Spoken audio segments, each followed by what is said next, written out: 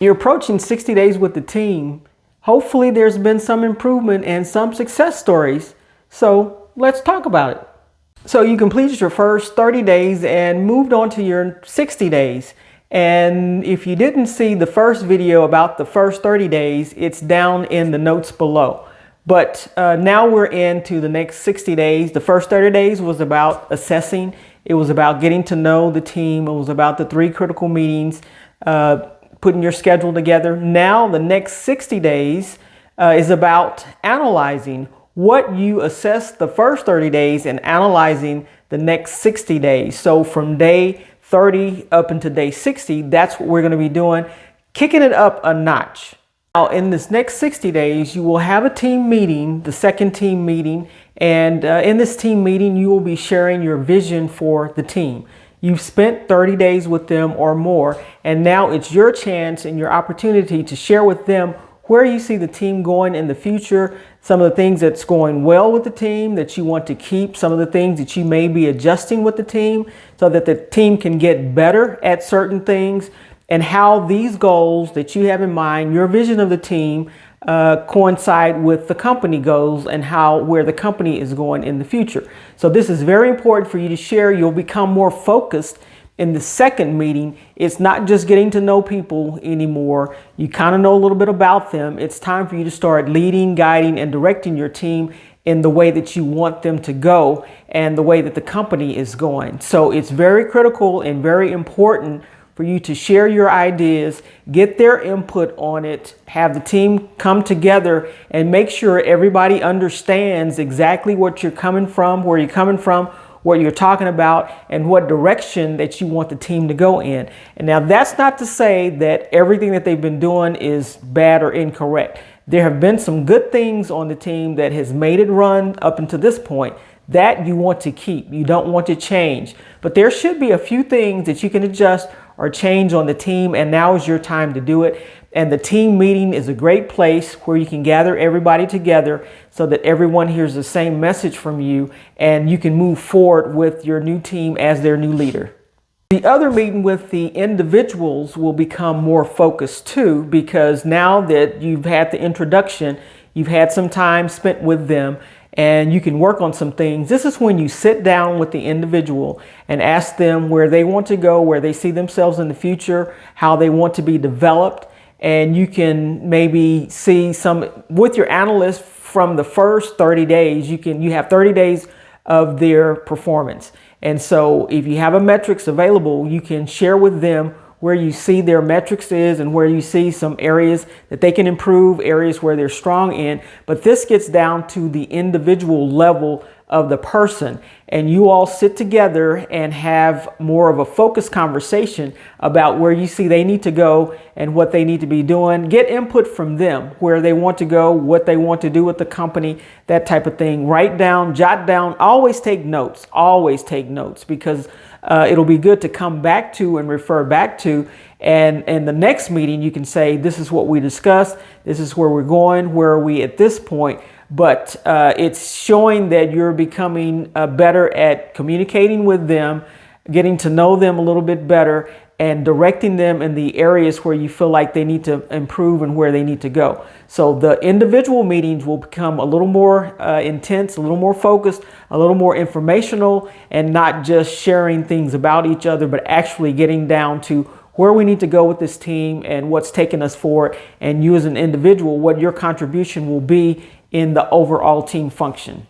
Now, you will also have another meeting with your boss during this time, and what you want to do with your boss is give them what you feel like the direction that your team needs to go. You've assessed the first 30 days. You've analyzed the assessments. You've had 30 days of information on each individual as well as the team overall, the progress and the productivity, the errors percentage and all that of the team overall. So you have some information and some data to work with and to start with. And so you need to make sure you get back with your boss to let them know what you're doing to move the team forward. the areas that you're going to focus on, the areas that you think that they're rock stars in, that they're doing really great, because there's going to be some areas like that. You can talk to him about the people on the team that are leaders, that you feel like are leaders on the team, that will help move the team forward. You could talk about any concerns that you may have about some of the folks on the team, but make sure you have your plan together, because that's the reason why they hired you and put you in this position. Also, during the first 30 days, we talked about making sure you all were on the same page with the boss as far as what he expected, what he or she expected from you. And so this now is a great time to make sure you address that. Where have you moved forward in where he or she felt like this is what we need for you to do for this team? What steps are you taking? What are your plans for the future? You can share all of this with your boss to make sure that they understand that you're on this. You're on top of this. You're rocking it. You're crushing it. You're doing the things you need to do. You know, you're taking the time that you need to evolve the team and to get the team interested in moving forward and getting them on the same page with you and the boss, and so that things can progress in the right direction. So this is your time during that second half. The first 30 days are over with. You're into the next 60 days. And so you have this available to you to make sure everybody's on the same page and you're moving in the right direction. All right, we're into that next 60 days. We have been analyzing the first 30 days, but I don't want you to analyze too much that you will miss hitting the like button or the subscribe button, so that you can keep yourself up to date on all the latest information as it becomes available to you. The last area, but not the least by any means, is what you need. What you need as a manager.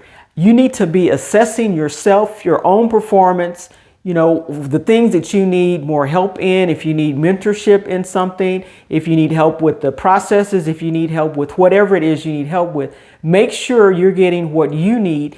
Even if you have to ask your boss for something, if you have to ask your peers for a few things, ask those stakeholders that are not a part of your team, make sure you're getting the things that you need to grow as a leader. We do not want to leave ourselves outside. You could be reading books about leadership.